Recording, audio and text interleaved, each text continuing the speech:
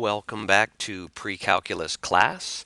In this video, we're going to wrap up section 4.7, the inverse trigonometric functions. And here we're going to be mostly focusing on this last bullet point, evaluate compositions with inverse trig functions. Okay, first let's talk here. Think back from earlier in the year, recall from section 2.7 that for all x's in the domain of a function and its inverse, inverse functions will have the same have these properties. So here we have f of the f inverse of x.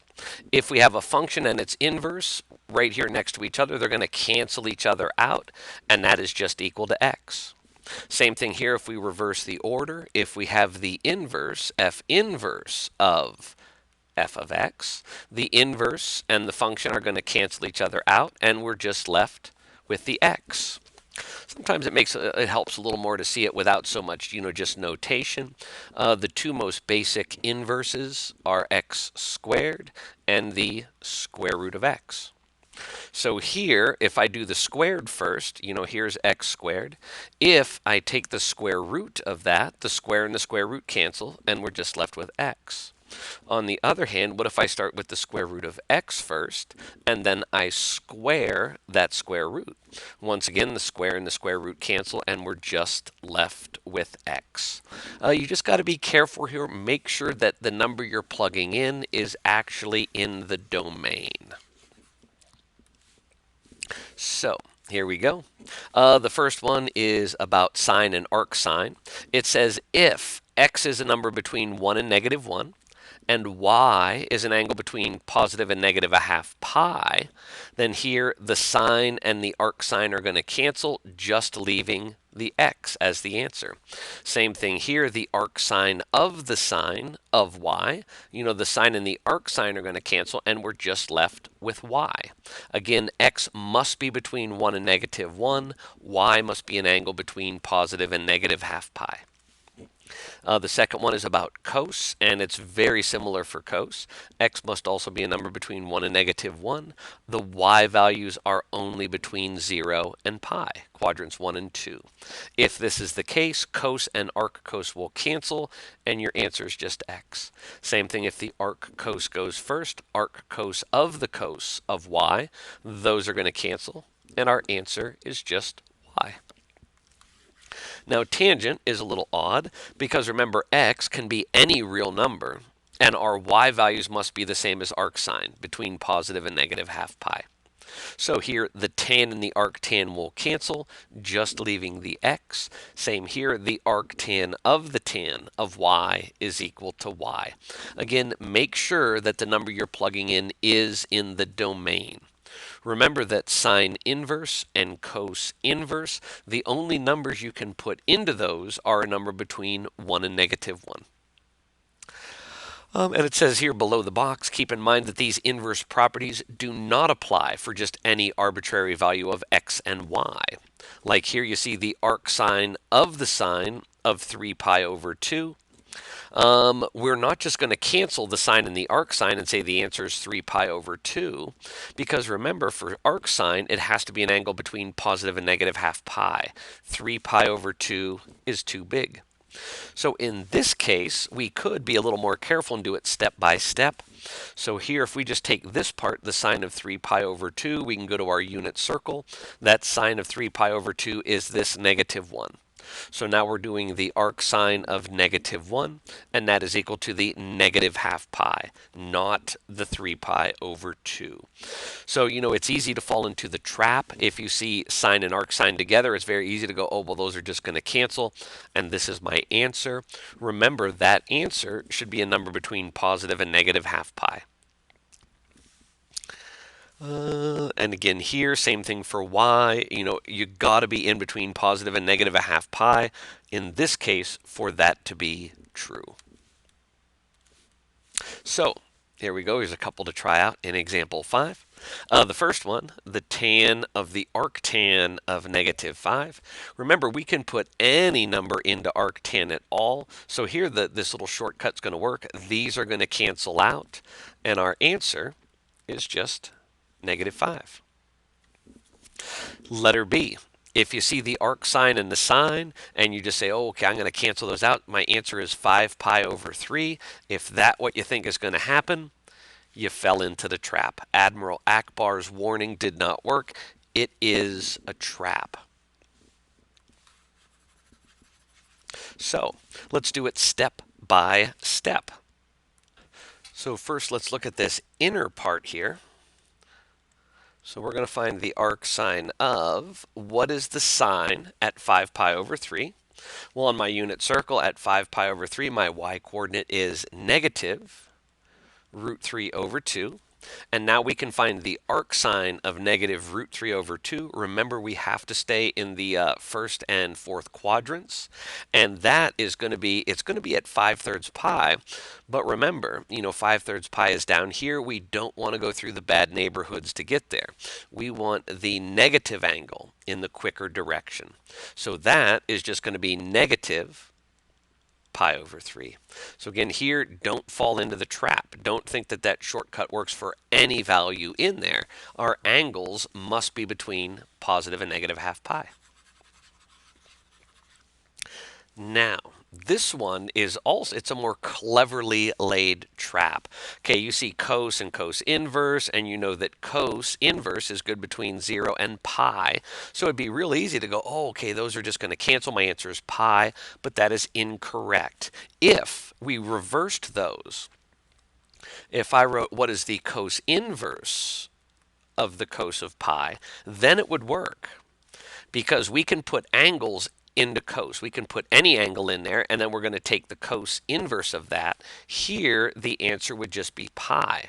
But remember, with this, we can only put numbers into cos inverse that are between negative 1 and positive 1. Pi is 3.14. We cannot put 3.14 into cos inverse. If you punch that in your calculator, you're going to get the dreaded error message. Error. That's supposed to say error. My pad is a little glitchy. So always listen to Admiral Akbar. Don't fall into the trap. Now this, example 6, it says find these exact values. Now if you look here, it's not the tan and the cotan, or the cos and the arc cos. We've got two completely different trig functions here. So what we're going to do is set up a triangle. I have a triangle right here. I'm going to call this my angle theta. And we're going to start at the inner function. I'm going to use red for this color code. So arc cos is 2 over 3. Remember back in SOHCAHTOA, cos is adjacent over hypotenuse. So our adjacent is 2. Our hypotenuse is 3. So adjacent 2, hypotenuse 3. The missing side is going to be Pythagorean theorem. 3 squared is 9, minus 2 squared is 4, 9 minus 4 is 5. So that missing side is root 5. So now using the red ink, we've used the inner function to set up our triangle. Now we're going to find the tan of angle theta. So the tan at theta, tangent is opposite over adjacent. Opposite is root 5, adjacent is 2. Root 5 over 2 is our tangent. So again, use the inner function to set up the triangle. And then evaluate the outer function. Let's try that again. Down here below, arc sine is negative 3/5. Well, remember, sine is opposite over hypotenuse. So the opposite side is 3. Hypotenuse is 5, and then that means, well, we got to figure out what the negative is attached to. Remember when we oriented these in the Cartesian plane, let me do it like this. The hypotenuse was never negative. If we're in quadrant 4, we would go over, this would be positive, negative would be going down below. Remember that the hypotenuse was never negative. So in this case, the negative is attached to the 3. So sine is opposite, negative 3, over hypotenuse, 5. And if we do a little Pythagorean theorem, or if you remember your 3, 4, 5, we have a 3. So this side's got to be a 4. 5 is the hypotenuse. So here I've used the black ink and the inner to set up our inner function. Now we're going to do the outer function, the cos at angle theta. Here's angle theta. Cos is adjacent over hypotenuse. And there's our answer, 4/5. All right. Now here, I think I just took an example out of the book and made it, or an exercise out of the book, because this is in the exercises, and there was no example to back it up. Now, it's simpler than you think. If we read the directions here, use an inverse trig function, so sine or cos or tan inverse, to write theta as a function of x. If it says write theta as a function of x, we want theta equals some stuff over here, and there should be x's in it, because we want it as a function of x. So if I come down here to my picture, here's angle theta, and the sides that they labeled are opposite and adjacent. Well, what trig function deals with opposites and adjacents? Well, that would be the tan. The tan of theta is equal to the opposite side over the adjacent side. Now remember, we do want to get it as theta equals some stuff. So over here we've got the theta, but tan is in the way. So we're going to take the tan inverse of both sides, or arctan if you prefer. So here on the left, tan and tan inverse cancel. We have theta equals the tan inverse of x minus 1 over x squared minus 1. And we have fulfilled the directions. We wrote theta as a function of x using an inverse trig function. Theta equals, here's our inverse trig stuff, and everything's in terms of x. All right, some practice for you. And this is just like the one we just did there. Write theta as a function of x. Number 49, use the properties of inverses to see if you can figure that out. Here is the one where we have different trig functions. So the inner will set up the triangle. The outer is the one that you will evaluate.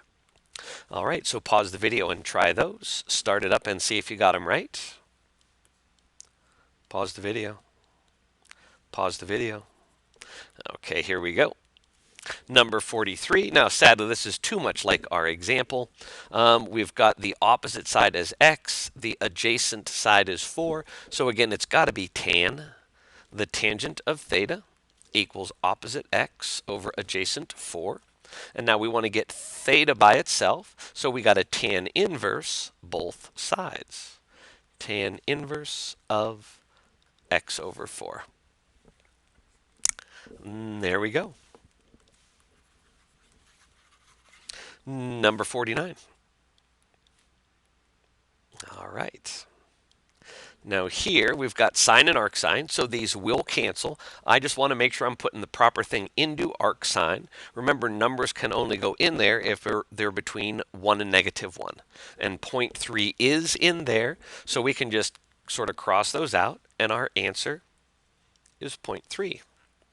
Now, just to show you the what would not work, if we had the sine of the arc sine of 1.2, we might be tempted to say, oh, the sine and the arc sine are going to cancel, and our answer is 1.2.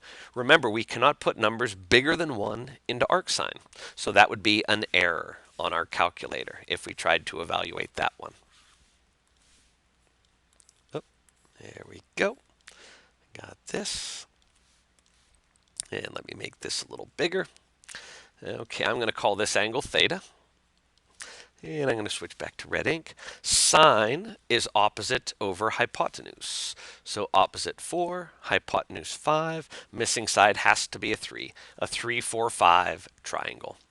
Now we want to find the secant of that angle. The secant of theta. Now remember, cos is adjacent over hypotenuse. So we're going to flip that. This is hypotenuse over adjacent. 5/3 is our answer. Nice. And it looks like that is the end of this lesson. The assignment I have here, I might change that to see if I can get some of this on WebAssign. So make sure to pay attention in class at that point, or it'll be on Microsoft Teams. I hope this video helped.